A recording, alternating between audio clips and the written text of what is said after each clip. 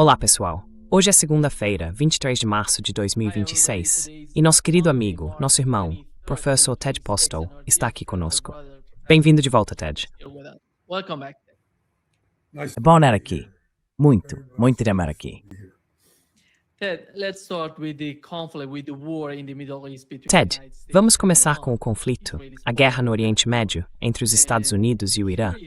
Israel faz parte dessa guerra. E aqui está Donald Trump hoje, falando sobre isso, dizendo que há algo acontecendo, que estamos negociando tudo isso. Parece que ele está tentando manipular o mercado e acredita que dessa forma pode influenciá-lo. Mas o que ouvimos de autoridades iranianas é que não houve conversas diretas ou indiretas nos últimos 24 dias. Então agora, Trump está inventando algo. Deixando de lado todos esses movimentos políticos por parte de Donald Trump, como você vê a situação? Ontem soubemos sobre 2 mísseis atingindo Al-Mona, no Iraque. O que podemos entender sobre a situação atual dos sistemas de defesa aérea, dos mísseis e da dinâmica da guerra?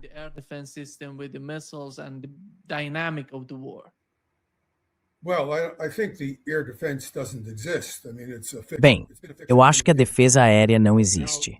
Quero dizer, é uma ficção. Tem sido uma ficção desde o começo. Agora estão falando em ficar sem interceptores, o que eu acho que é verdade. Mas os interceptores não estavam fazendo um bom trabalho desde o início.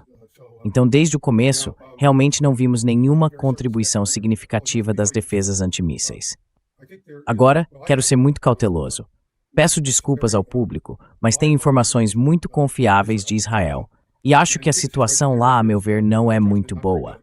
O que, é claro, é importante que as pessoas entendam, porque os apagões, o controle de informações israelense, pelo que posso perceber, não fazem nada pelo público em Israel, que está sofrendo, assim como, é claro, o público no Irã está sofrendo muito.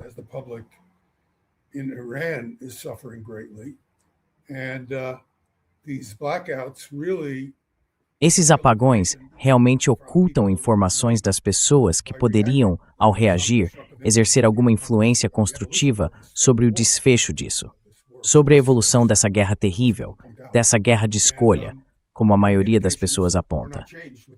E veja, os indícios não mudaram em relação a Israel, no sentido de que não há dúvida de que danos significativos estão sendo causados. Não é na mesma escala do que está acontecendo em Teherã, mas Israel é um país menor e desestabilizá-lo é uma tarefa muito menos exigente. E claro, o objetivo de Teherã é perturbar Israel o máximo possível, e me parece que está tendo muito sucesso. Quero dizer, os alarmes de ataque aéreo estão soando várias vezes por noite.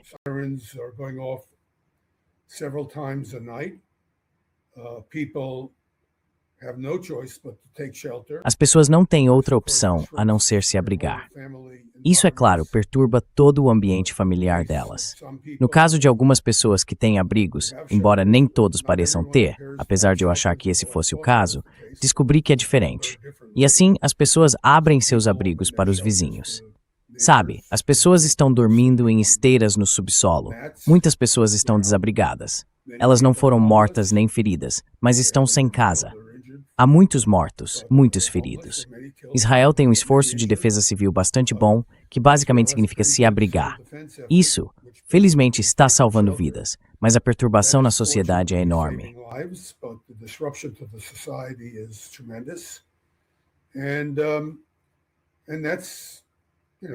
E esse é um bom efeito do ponto de vista do governo iraniano, no sentido de fazer o governo israelense prestar atenção no que eles estão fazendo, em sua agressão injusta contra Teherã.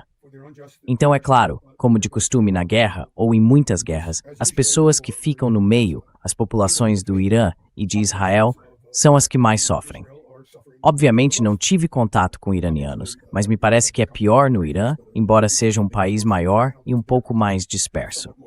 Mas matar todas essas pessoas sem motivo algum, sem falar em destruir escolas e hospitais, sabe, é simplesmente inconcebível.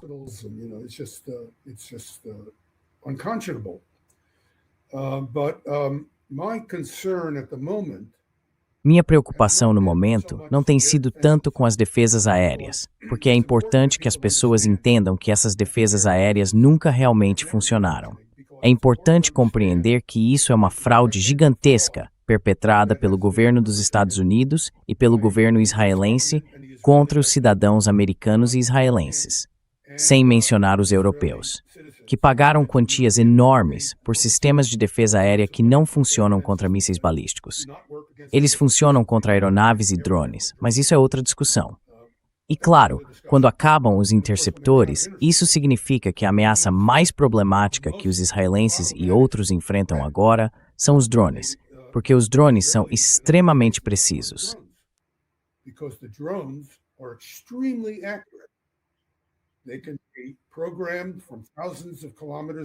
Eles podem ser programados a milhares de quilômetros de distância. Têm a capacidade de observar os alvos antes da fase final de guiagem e podem essencialmente se direcionar para os alvos de interesse. Vimos isso no primeiro dia da guerra, quando os iranianos basicamente destruíram toda a base de radares de defesa antimísseis em Israel. Do meu ponto de vista, falando como alguém que analisa a situação sob uma perspectiva militar, esse foi o primeiro passo mais importante em um processo no qual os iranianos agora estão se dedicando a destruir também todos os radares de defesa aérea. Não há defesa aérea. Sem radares, não há defesa aérea. There is no air defense. Without radars, you have no air defense. You can't shoot down drones. Você não pode abater drones. E esses drones são, do ponto de vista das capacidades de interceptação, relativamente fáceis de atingir. Mas se você não tiver radares para observar os drones que se aproximam e rastreá-los, esses interceptores são inúteis. Agora estamos entrando em uma segunda fase, em que os iranianos conseguem desmontar os remanescentes da defesa aérea, sendo a defesa aérea distinta da defesa contra mísseis balísticos. Essas capacidades de defesa aérea são cruciais porque os drones são extraordinariamente precisos. Assim, os drones e os mísseis de cruzeiro começarão agora a se tornar os principais causadores de danos à medida que as coisas avançam. E em Dimona, vimos o que pareciam ser alguns mísseis balísticos com ogivas significativas atingirem e causarem danos. Ballistic missiles with significant warheads on them come in and do damage. There's some nonsense about falling debris. There's no falling debris. Há algumas bobagens sobre destroços caindo. Não há destroços caindo. Essas coisas chegaram sem serem interceptadas. Ou se foram, há na verdade algumas evidências disso. Tenho estado muito ocupado tentando fazer análises. Meu problema é que não consigo acompanhar as notícias e fazer análises ao mesmo tempo. Estou tentando identificar questões sobre as quais o público deveria estar pensando para o futuro, pelo menos. O tema sobre o qual vou falar mais agora é a possível escalada para o uso de armas nucleares, porque, para mim, esse é o maior perigo que enfrentamos no momento. O Irã está começando a empregar todo o peso de suas capacidades de ataque contra Israel e as instalações militares no Golfo Pérsico.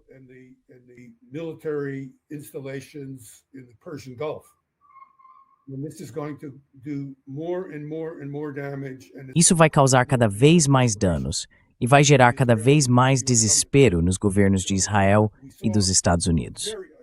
Nós vimos, quero enfatizar, não tiro muito consolo disso, mas vimos um pouco de bom senso demonstrado por Donald Trump quando ele recuou daquela ameaça incrivelmente escalatória de destruir o sistema de produção de energia do Irã. E os iranianos basicamente disseram a ele o que qualquer um poderia ter dito. Seus assessores, presumo, disseram isso a ele. Que os iranianos estão em posição de destruir instalações de produção de energia em todo o Oriente Médio, o que aparentemente foi a ameaça que eles devolveram.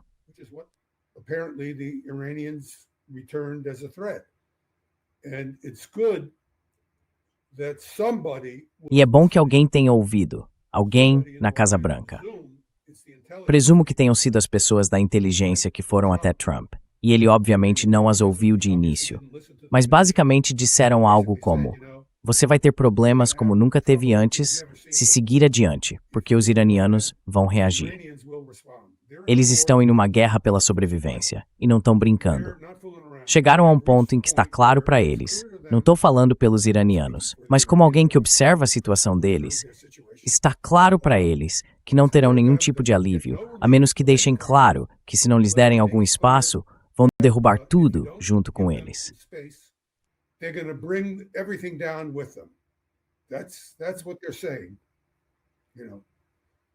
É isso que eles estão dizendo, sabe? De uma forma mais educada. Mas basicamente é isso que estão dizendo.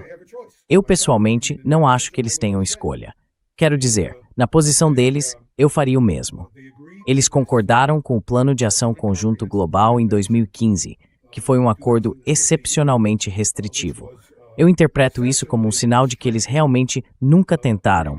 Bem, talvez em algum momento anterior tenham pensado em construir armas nucleares, mas não há como eles terem concordado com o Plano de Ação Conjunto Global se tivessem a intenção de possuir ou querer uma arma nuclear. Trump, é claro, retirou-se do acordo, dizendo que ele era inadequado. De forma alguma, aquele acordo era inadequado.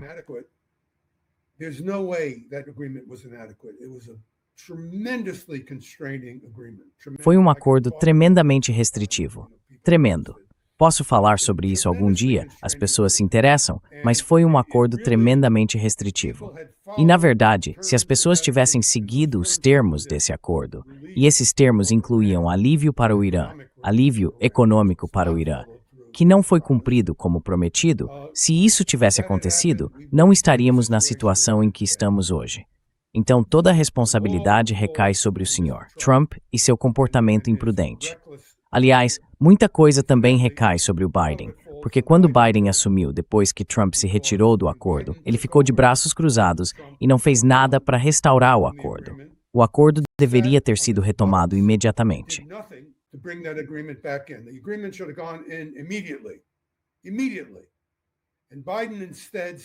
Imediatamente. E o Biden, em vez disso, disse, bem, vamos renegociar. Vamos ver se conseguimos outra coisa. Essa é a atitude americana de negociação. Todos esses elementos extremistas, muitos deles acadêmicos também, aliás. Tenho meus amigos em Stanford que gosto de mencionar, e sabe, eles estão completamente desinformados sobre isso e não reconhecem que quando se chega a um acordo, há um acordo. Se você e eu concordamos, se eu concordo em te vender um automóvel e você concorda em pagar um certo preço, eu não posso voltar depois e dizer, bem, decidi que você realmente deveria pagar o dobro do preço. Acho isso algo sério. Isso não é um acordo. E o que é diplomacia não é diferente das interações entre seres humanos. Nós confiamos uns nos outros.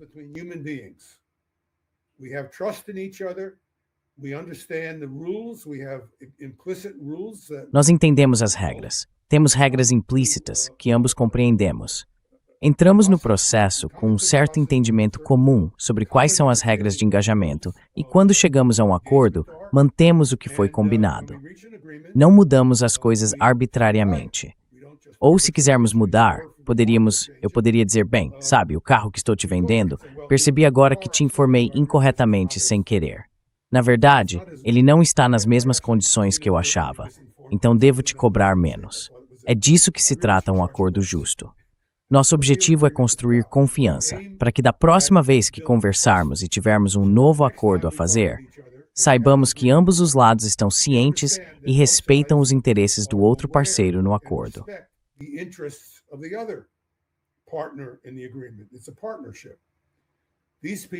É uma parceria. Essas pessoas não se comportam dessa maneira, e elas destruíram toda a base da diplomacia, não apenas entre o Irã e o restante do mundo ocidental, mas também entre a Rússia e a China e o restante do mundo ocidental. Então temos muito trabalho de reconstrução pela frente, nós, sendo o governo americano. E se em algum momento houver um novo governo, não precisamos de outro substituto de Biden. Precisamos de pessoas que cheguem e digam, reconhecemos que essa situação é inaceitável, tem sido inaceitável. E vamos demonstrar que entendemos o que é um acordo e que sabemos como cumprir os termos e firmar um acordo de boa fé.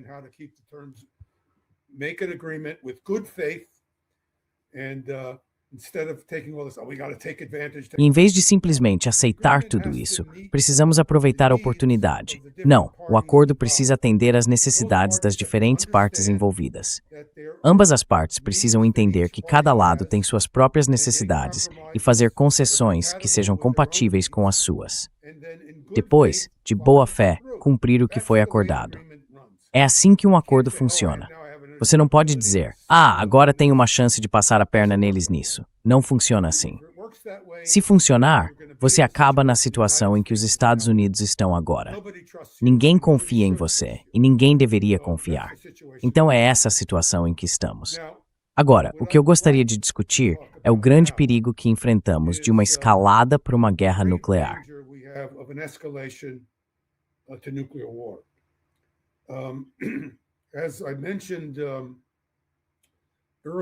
Como mencionei antes, temos um pequeno raio de esperança no fato de Trump estar recuando dessa ameaça absolutamente insana e ultrajante que fez contra os iranianos, e entendendo que eles estavam falando sério. Mas o que me preocupa, e espero que preocupe seu público também, é que todos estão tentando entender o que está acontecendo. E a guerra é fundamentalmente imprevisível. À medida que esse conflito evolui, a situação de ambos os lados vai mudar, e a influência do Irã vai aumentar. Parece ser esse o caso. Aliás, eu não tinha certeza disso no início. Eu era cético quanto à capacidade do Irã de causar os níveis tremendos de destruição com mísseis balísticos que eles estão alcançando agora.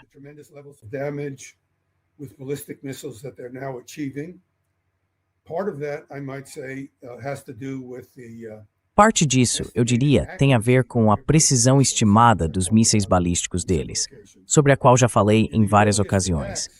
Nos primeiros ataques, a precisão desses mísseis era menor. Eles não eram tão precisos quanto os que estamos vendo agora. Eu não tinha como saber, embora desconfiasse, que eles estavam usando mísseis mais antigos.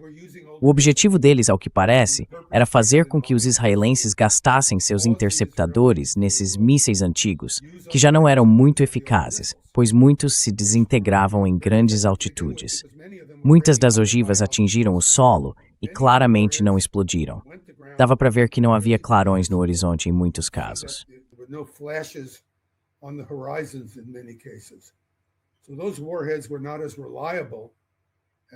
Então essas ogivas não eram tão confiáveis quanto as dos mísseis balísticos mais modernos, que reentram em trajetórias mais estáveis. Portanto, estamos começando a ver uma mudança. Agora, o que não sabemos, mas sobre o que podemos fazer uma suposição bastante razoável, é quantos desses mísseis balísticos mais modernos os iranianos possuem. Bem, não sabemos, mas também não sabemos quantos drones modernos os iranianos têm. E podemos apostar, no caso dos drones, que há uma quantidade enorme deles. Que os drones são muito mais numerosos, em grande e significativa proporção, em relação aos mísseis balísticos. Eles são simplesmente muito mais baratos de produzir, muito mais fáceis de fabricar. A base para produzi-los está disponível em outros lugares.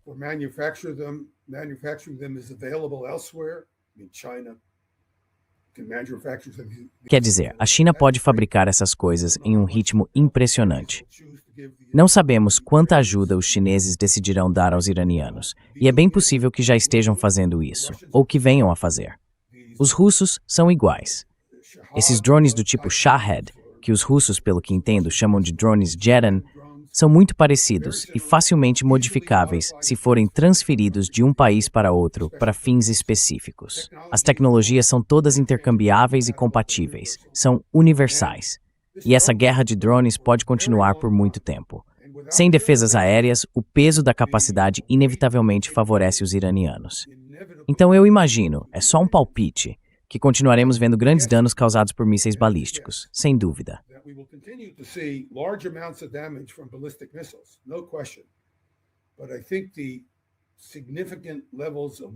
Mas eu acho que os níveis significativos de danos militares e a degradação das defesas aéreas e das capacidades militares em geral em Israel e no Golfo vão continuar se acumulando devido aos ataques de drones.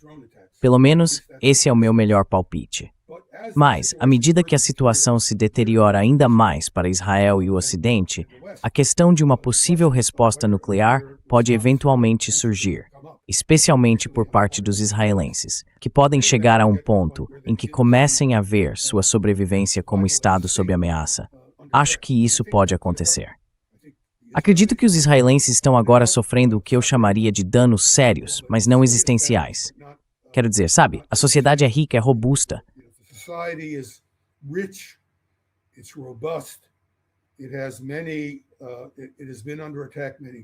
Ele já foi atacado muitas vezes, então desenvolveu muitas capacidades de defesa passiva que ajudam a reduzir o número de mortes. O peso total das munições que o Irã pode lançar é muito menor do que o que já foi lançado contra o Irã até agora. Com o tempo, isso pode mudar. Portanto, a situação é ruim e deveria chamar a atenção das pessoas, mas não é necessariamente existencial, pelo menos pelo que posso perceber. É o suficiente para que qualquer pessoa com bom senso falasse em parar com isso. Mas não estamos lidando com pessoas que demonstram muito bom senso. Essa é a minha preocupação.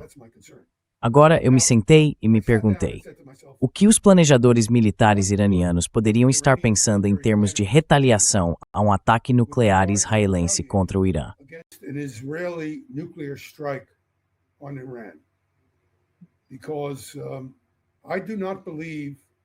Porque eu não acredito que algo seja realmente previsível. Mas também não acredito que o Irã seria o primeiro a atacar Israel com armas nucleares. Acho que os iranianos são muito sensatos. Eles já tiveram o suficiente, e eu não os culpo. Eles querem que isso acabe. Querem que todos esses ataques contra eles, essa tentativa constante de esmagá-los, parem. E eles vão levar isso adiante. Sem dúvida. Sem dúvida, do meu ponto de vista. Em algum momento, as coisas vão ficar realmente complicadas, porque o governo israelense é liderado por lunáticos messiânicos. Temos um sociopata gangster no comando do governo americano. Ele pode estar mostrando sinais de demência. Não consigo dizer porque esse cara é tão louco que é difícil para mim perceber.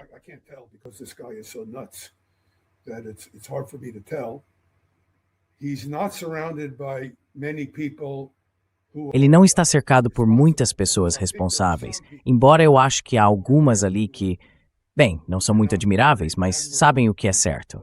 Acho que esse cara, J.D. Vance, não é louco. Ele não tem nenhum padrão ético de qualquer tipo, mas isso é diferente de ser insano e suicida para o país. E acho que ele pode eventualmente desempenhar um papel construtivo se estiver em posição de fazê-lo, se isso não lhes custar nada. É como muitos desses caras. Gosto de descrevê-los como o tipo de pessoa que faz a coisa certa, se isso não lhes custar nada. Então ele se encaixa nessa categoria. Ele está cercado por pessoas como Tulsi Gabbard, embora ela tenha tomado decisões muito ruins, na minha opinião.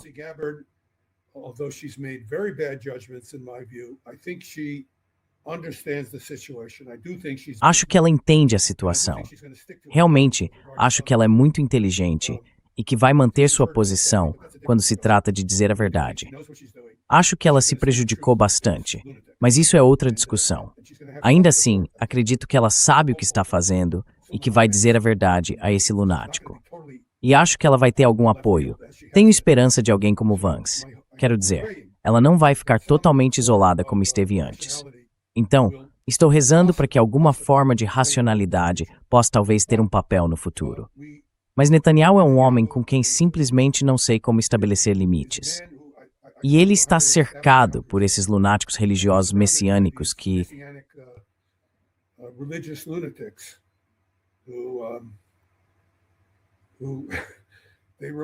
Eles me lembram. Ele está se tornando como um personagem de IA ultimamente. Principalmente porque se escondendo em algum lugar.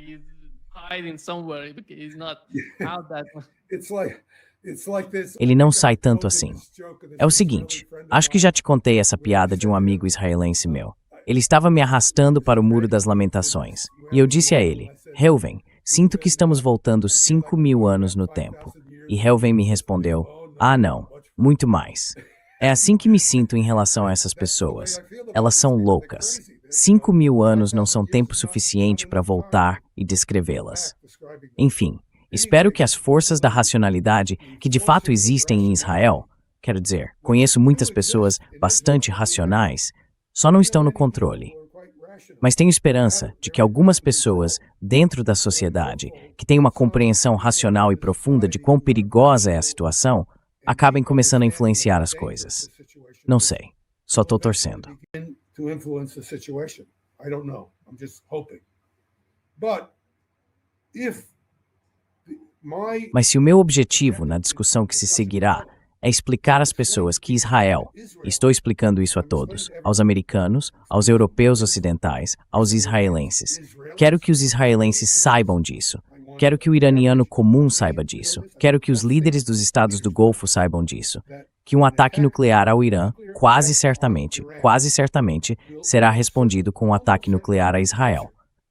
O Irã tem capacidade para isso. Eles podem não ser um estado com armas nucleares agora, mas se forem atacados, podem se abrigar naqueles túneis, porque não se pode fechar o país.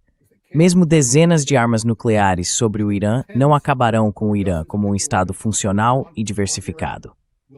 Suas instalações subterrâneas continuarão operando, e eles poderão pegar aqueles 408 quilos de hexafluoreto de urânio que possuem agora e convertê-los em 10 ou 11 bombas atômicas.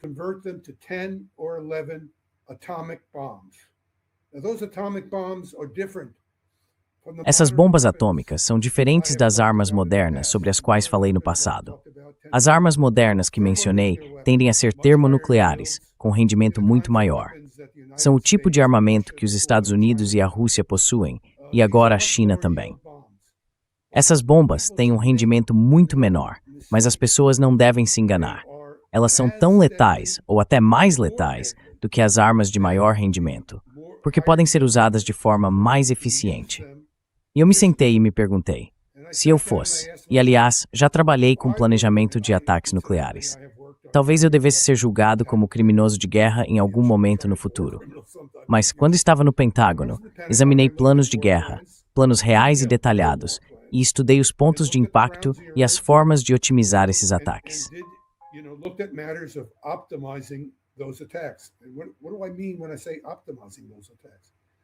E o que quero dizer quando falo em otimizar esses ataques? Esses ataques foram técnica e cuidadosamente otimizados para causar o máximo de dano possível com a capacidade destrutiva disponível, certo? É isso que otimização significa quando se fala em otimizar um ataque nuclear. Trata-se de otimizar a morte e a destruição, maximizar a morte e a destruição.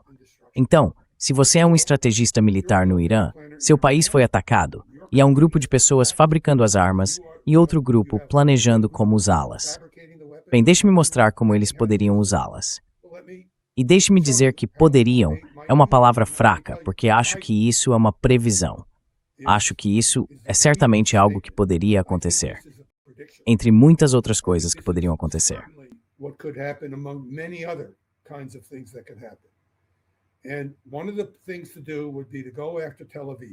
E uma das coisas a se fazer seria atacar Tel Aviv. Tel Aviv é o grande centro populacional. É um alvo de grande área, muito denso. É o centro econômico e populacional de Israel. Existem, é claro, outros centros importantes, mas este é o único lugar que certamente seria atacado, entre outros. Então eu me sentei e me perguntei, o que aconteceria se eu pegasse 3 das minhas 10 ou 11 bombas atômicas? Armas que não são mais poderosas do que as que destruíram Hiroshima em 1945, e as dispusesse em um padrão sobre as áreas mais densamente povoadas de Tel Aviv. Fiz isso com um profundo entendimento dos efeitos das armas nucleares. I lay them down with a deep understanding of the nuclear weapons effects. I don't sit around doing stupid things like thinking about blast alone. Eu não fico por aí fazendo coisas estúpidas, como pensar apenas nas explosões. Vão acontecer explosões, vai haver radiação nuclear e tempestades de fogo produzidas por essas armas. E as tempestades de fogo, se eu espaçar as armas, podem se propagar e se unir para criar áreas de fogo maiores do que eu conseguiria com as armas individuais. Então eu as espaçaria de acordo. Agora vamos olhar o primeiro slide. Certo. Este slide mostra 3 armas atômicas de baixo rendimento, entre 10 e 15 quilotons. Elas são fundamentalmente semelhantes, mas os efeitos físicos se manifestam de maneira diferente.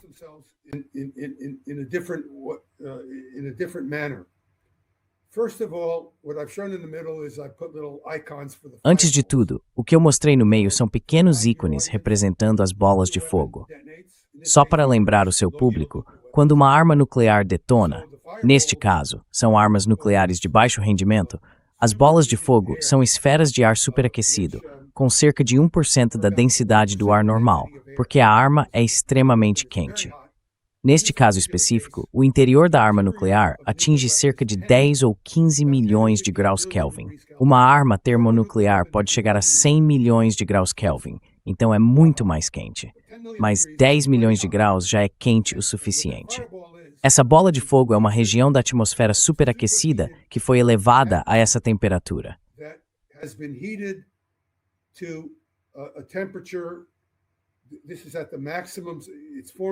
Isso está no máximo.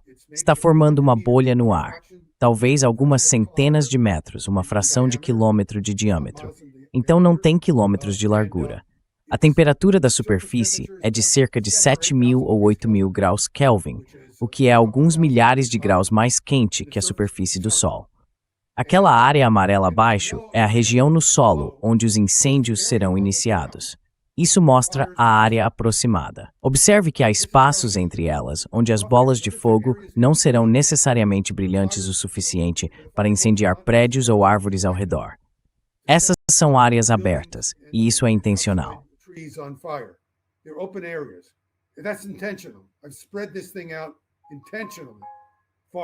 Eu espalhei isso intencionalmente o suficiente para que isso ocorra.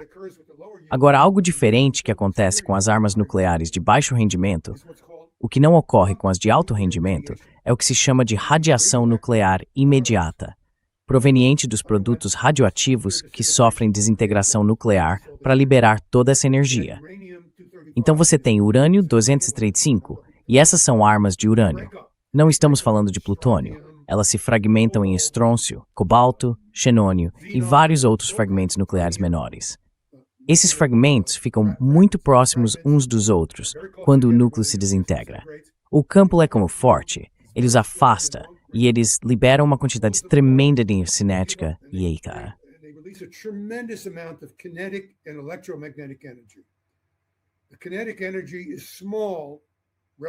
A energia cinética é pequena em comparação com a luz e o calor, porque quando a temperatura é tão alta, a maior parte da energia vai para a luz e o calor, não para a expansão física. Mas esses materiais também estão passando por reações nucleares, independentemente do fato de estarem criando uma bola de ar muito quente. Eles estão emitindo radiação nuclear. Normalmente, com uma arma de alto rendimento, se você estivesse numa região onde essa radiação nuclear fosse muito intensa, já estaria morto pelos efeitos da explosão e do calor, porque o rendimento mais alto gera muito mais explosão e calor em relação à radiação nuclear, de modo que a presença da radiação não faria diferença.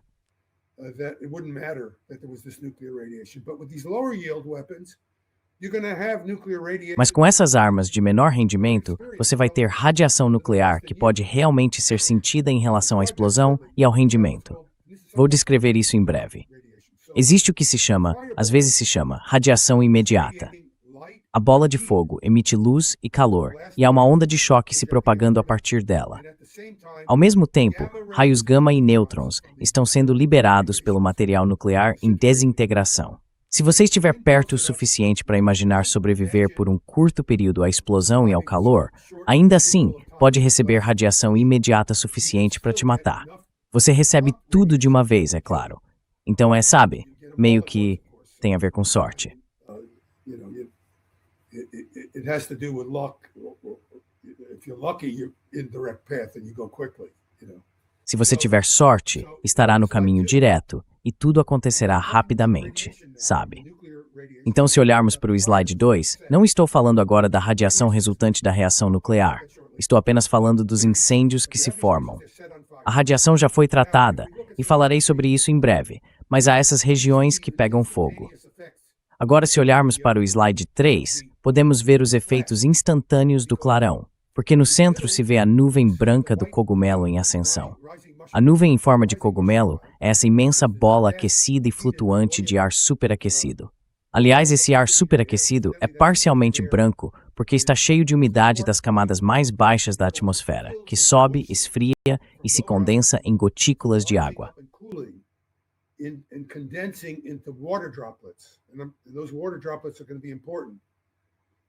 E essas gotículas de água serão importantes. Então isso é uma nuvem de água, até certo ponto. É muito radioativa. Mas isso é diferente do caule que você vê abaixo, que é uma coluna de fumaça seguindo o caminho criado pelo ar que se move a partir da nuvem em forma de cogumelo que sobe por flutuação. A flutuabilidade a está levando para cima, e há uma corrente atrás dela puxando a fumaça dos incêndios que estão queimando violentamente no solo. Agora, os incêndios mais violentos estão queimando mais próximos. Mais longe, os incêndios ainda não são tão violentos. Assim, em questão de segundos, esses incêndios violentos se desenvolvem. Se formos para o slide 4, veremos a mesma situação em Hiroshima.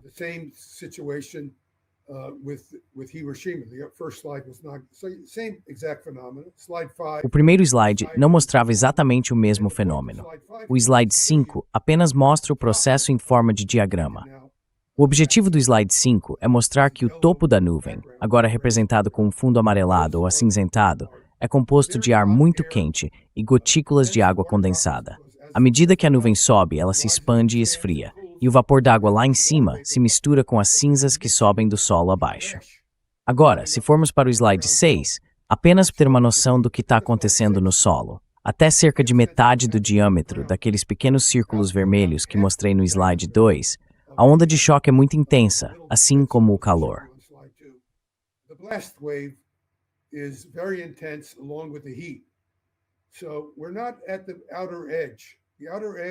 Então não estamos na borda externa. Na borda externa, você não vê esse tipo de efeito extremo. Se olharmos um segundo após a detonação, no segundo quadro à direita na linha superior, é possível ver a parte frontal desse prédio queimando por causa da bola de fogo. Depois, 5 ou 10 segundos mais tarde, no quadro inferior à esquerda, vê-se a onda de choque chegando e destruindo o prédio. É isso que estaria acontecendo no solo. Levaria de 10 a 20 segundos para a onda de choque alcançar a borda das áreas vermelhas que estou mostrando. Os incêndios já estariam queimando. Alguns seriam apagados pelo vento e outros seriam intensificados. Danos gerais de explosão estariam por toda parte. General blast damage would be everywhere. At the edge of the fire. Na borda da zona de fogo, você veria, pequenos focos de incêndio queimando, mas esses pequenos focos estariam queimando sem ninguém para apagá-los. Quero dizer, todos estão correndo. Pessoas são atingidas por fragmentos voadores. Pessoas estão procurando por entes queridos. Se não foram mortos, muitos ficaram gravemente queimados pelo clarão, se tiveram o azar de estar do lado da bola de fogo.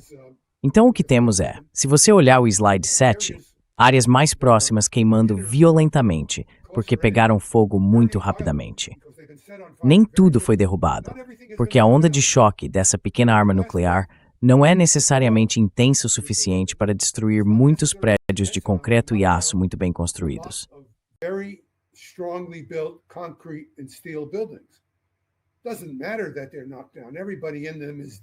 Não importa que eles tenham sido derrubados. Todos que estão neles estão mortos ou morrerão, porque tudo estará em chamas. Serão infernos em chamas.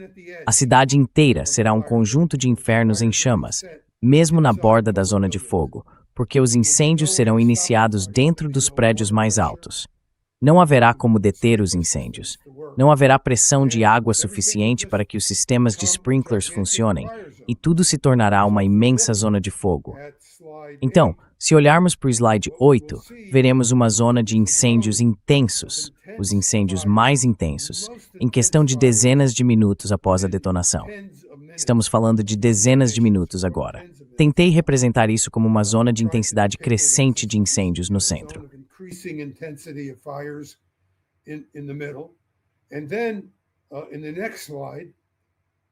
E então, no próximo slide, começamos a ver o ar subindo de forma flutuante a partir das zonas de fogo que queimam separadamente.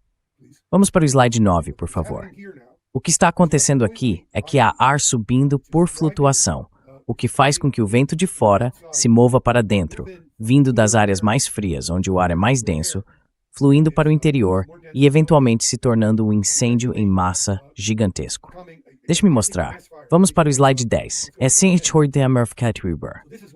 Os tospasmafer poscreithingsonomento for extraordinário intenso. E não é muito fácil. Bem, o resultado é o mesmo. The result is equal. It's the same. Everyone is killed. É a mesma coisa, todos são mortos. Quero dizer, não há sobreviventes nessa zona. Todos são mortos. É apenas uma questão de acontecer em dezenas de minutos ou em algumas horas, porque a temperatura do ar vai subir acima do ponto de ebulição da água nessa enorme área, talvez 20 ou 25 quilômetros quadrados. Então veja, é uma área grande, com a temperatura do ar impulsionada pelo fogo. O calor não vem das armas nucleares, vem da combustão, de velocidades de ar muito altas. O asfalto das ruas literalmente se tornará líquido e derreterá. As rochas dos prédios ficarão superaquecidas. As pessoas em abrigos subterrâneos ficarão presas. Não conseguirão ir a lugar algum porque haverá ventos fortes e temperaturas do ar extraordinariamente altas.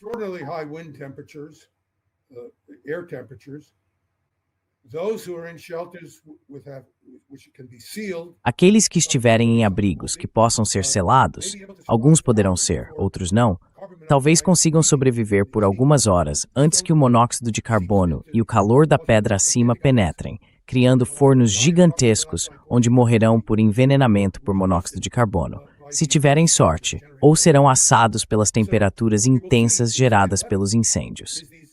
Então, o que veremos no slide 11 é toda essa área queimada, mas isso não é destruição total. Parece limpo demais para dar uma verdadeira noção de quão devastador e tóxico o ambiente seria. Se formos para o slide 12, o que mostrei aqui é o alcance. O gráfico à direita é o mais importante.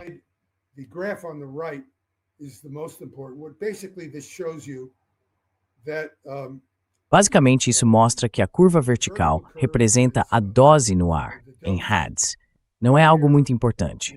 A linha vermelha horizontal mostra a dose na qual você receberia radiação suficiente do clarão, o clarão radioativo, que é emitido em questão de segundos. Isso acontece em segundos, não é algo que ocorre muito tempo depois. Às vezes é chamado de radiação imediata, e ela se estende por cerca de 1 quilômetro de alcance. Portanto, se você estiver a menos de 1 quilômetro do ponto de detonação, aproximadamente metade do diâmetro desses círculos vermelhos, você terá recebido uma dose letal de radiação. Pode receber um pouco menos se estiver dentro de um prédio, alguma proteção. Se estiver em um abrigo, há um pouco mais de proteção.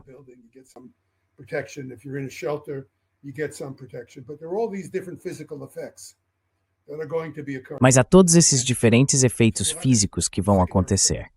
Então você terá esse efeito secundário da radiação.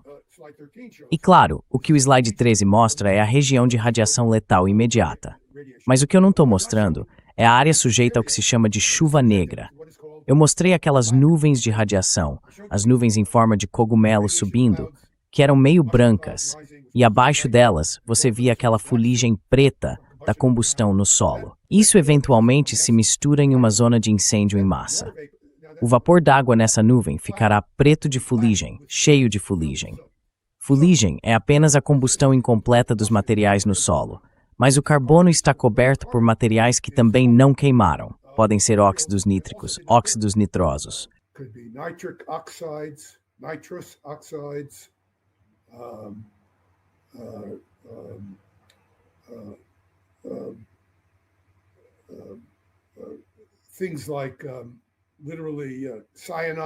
Coisas como literalmente cianeto, todos os tipos de materiais combustíveis e parcialmente queimados. Esse material não está apenas na fuligem, mas também sobre a fuligem, e as pessoas vão inalar isso enquanto o fogo continua. Esse material vai entrar nos pulmões. O óxido nítrico, por exemplo, tende a bloquear a absorção de oxigênio através das membranas dos pulmões. O cianeto, obviamente, vai envenenar as pessoas. O material carbonáceo vai danificar o muco delicado do revestimento interno dos pulmões. Isso cria um enorme risco tóxico para as pessoas no solo que ficam presas na zona do incêndio. Agora, se olharmos para o slide 14, podemos ver, isto é Hiroshima. A área cruzada no canto superior esquerdo mostra uma região de chuva intensa, que caiu ao norte e a oeste, norte e leste, desculpe, ao norte e a oeste da área-alvo real, que estava queimando violentamente.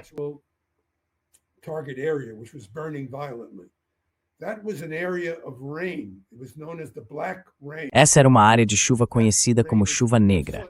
A fuligem no ar e vapor d'água se condensando, porque a fuligem forma regiões de condensação no céu, onde o vapor d'água se acumula. As partículas de água crescem o suficiente para se tornarem gotas e caírem no chão. Essa foi uma chuva negra que caiu no solo. A chuva negra é radioativa, contém materiais tóxicos e pode cair intensamente por 1 hora ou mais após a chuva inicial. Se eu mostrar o slide 17, o que fiz foi projetar aquela área de chuva negra da detonação de Hiroshima em um único local, fazendo uma suposição sobre a direção do vento e as áreas de Tel Aviv que seriam atingidas por essa chuva negra. Agora, é claro, se formos ao slide 18, eu estava muito atrasado. Não tive tempo de reunir todos esses gráficos.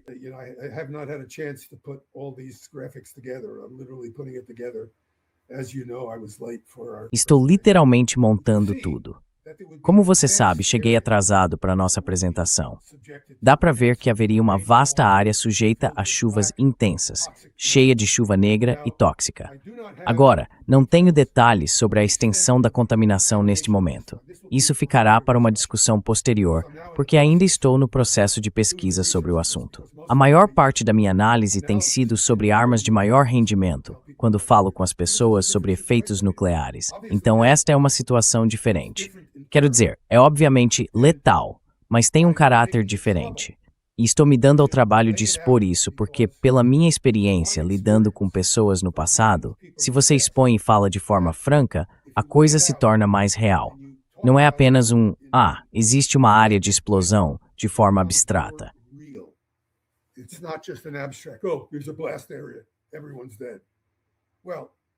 Todos estão mortos.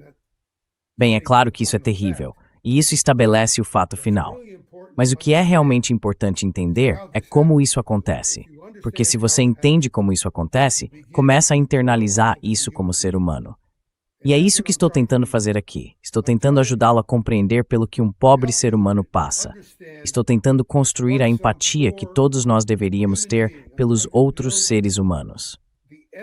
Alguns de nós, infelizmente, carecem disso, mas todos deveríamos ter. Estou tornando isso o mais real possível. É isso que estou fazendo. Não estou tentando punir o público. Não estou tentando dizer, deixe-me mostrar todas essas coisas terríveis. Estou tentando ajudá-lo a compreender a realidade.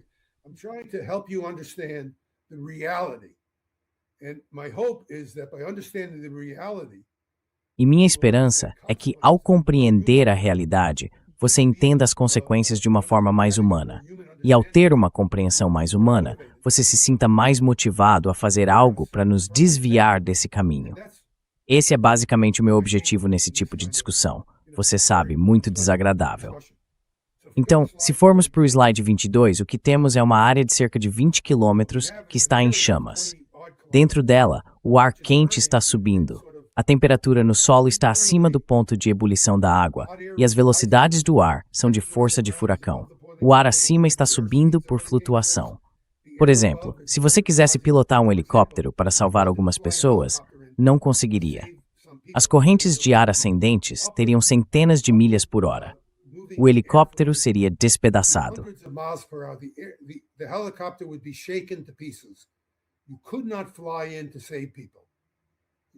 Você não poderia voar para salvar pessoas. Se você estiver nessa zona, acabou. Você está morto. Não há esperança para você.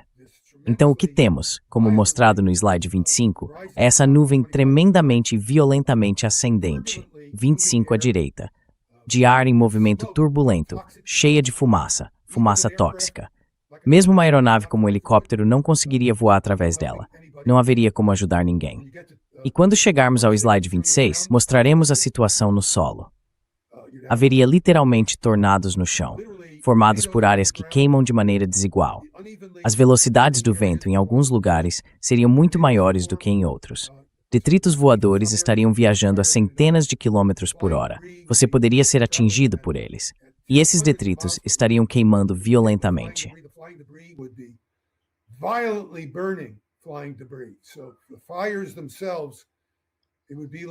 Então, os próprios incêndios. Seria como quando você usa um fole e sopra sobre o fogo, tornando-o mais intenso. Os ventos gerados pelo fogo seriam tremendamente fortes. Se você olhar o slide 28, verá que as pessoas que tentaram escapar dos abrigos para a rua seriam literalmente incineradas. Se tivessem ido para o ar, talvez tivessem sorte. O slide 30 pode mostrar como as pessoas ficariam nos abrigos após algumas horas. Elas seriam completamente destruídas lá dentro. Essa é a situação que você veria. O slide 32 mostra como as ruas ficariam cheias de destroços após o ataque. As ruas estariam tão quentes, estou falando de dezenas de horas, talvez 1 ou 2 dias depois desse fenômeno. Note que os prédios ainda poderiam estar de pé. Isso é Hamburgo, mas poderia muito bem ser Tel Aviv. Muitos edifícios permaneceriam porque a onda de choque não teria sido intensa o suficiente para derrubar tudo.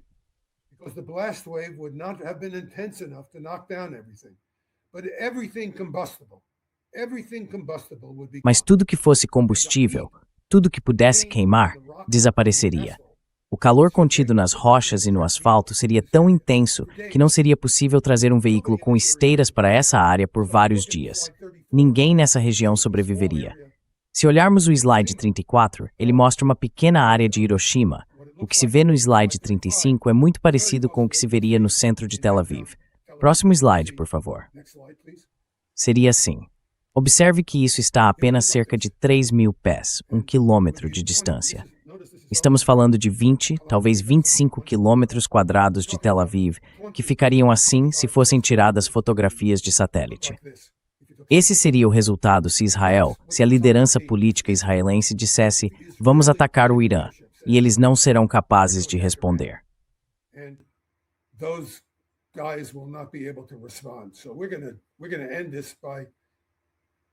Então vamos encerrar dizendo o seguinte. Um ataque nuclear ao Irã traria esse tipo de resultado para Israel.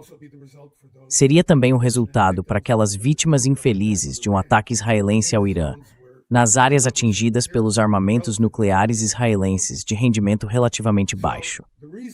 A razão pela qual estou falando sobre isso é que estou realmente tentando dizer às pessoas, não deixemos que isso aconteça. A ideia de que é possível acabar com o Irã, se você for algum lunático israelense atacando o país com armas nucleares, é uma ilusão. O Irã teria capacidade de construir armas nucleares e isso poderia acontecer em semanas ou talvez em 1 ou 2 meses. Mas esse seria o desfecho final e ninguém sairia vencedor. Ninguém venceria.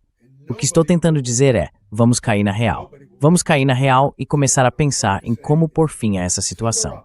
E encerro por aqui.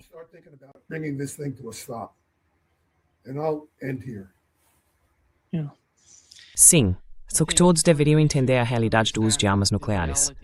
Como você disse, isso será devastador para todos. Não pense que por serem armas de menor rendimento, o preço não seja tão alto. Só se manifesta de forma um pouco diferente. Mas o resultado final são milhões, milhões de pessoas mortas. Milhões de pessoas.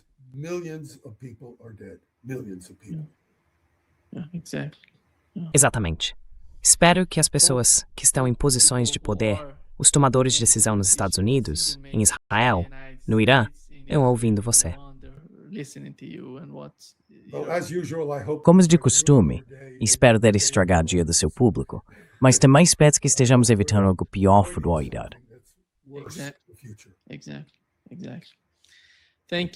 Exatamente. Obrigado, Ted. Você sempre traz questões importantes para a mesa e as pessoas precisam entender a realidade do uso de armas nucleares.